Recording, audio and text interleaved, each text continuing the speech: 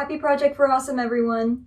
My name is Gabriella, and I'm here creating my first P4A video to talk about the Clean Clothes campaign and what they're doing right now during the COVID crisis. I chose the Clean Clothes campaign as my charity because it's one of the garment industry's largest alliances of labor unions and NGOs, spanning the globe by connecting over 230 organizations that specialize in women's rights, workers' rights, consumer advocacy, and poverty reduction. Their mission is to educate and mobilize consumers, lobby companies and governments, and offer direct solidarity to support workers as they fight for their rights and demand better working conditions.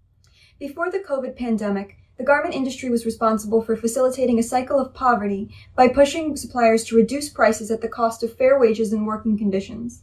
The reality is, brands would often choose to manufacture in countries where labor laws are weak because employees can produce more for a lower price. Additionally, in these countries, many small and mid-sized factories have very little negotiating power and will often take on all or most of the financial risk in order to keep their factories running and their employees paid.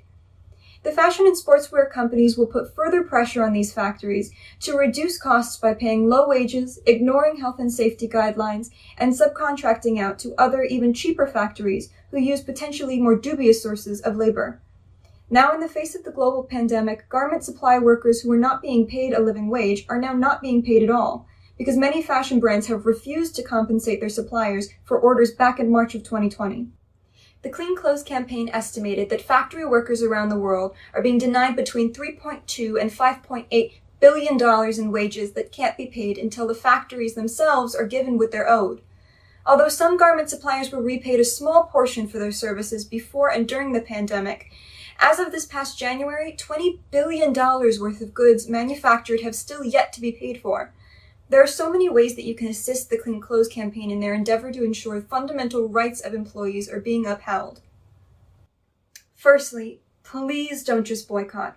I know it may be disappointing to know some brands that you care about are not doing their part to pay their suppliers, but there's evidence to support that boycotts can cause people at the most vulnerable end of the supply chain to lose their jobs, which could only exacerbate the issue. Instead, hold your favorite brands accountable by signing petitions, sending emails, and messaging them on social media to let them know that you care about their brand and that you expect more from them. I've included links in the description for petitions. Please consider adding your signature to the growing list. Second, stay informed and demand transparency from the brands that you care about. Your favorite t-shirt may say made in Bangladesh, but I guarantee you that your clothes have been to several countries by truck or boat or possibly plane before ending up in your closet.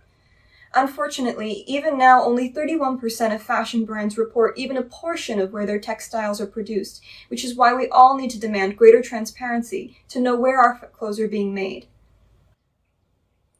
Thirdly, you can donate and give to workers who have been impacted by COVID-19 through the Clean Clothes Campaign Relief Fund.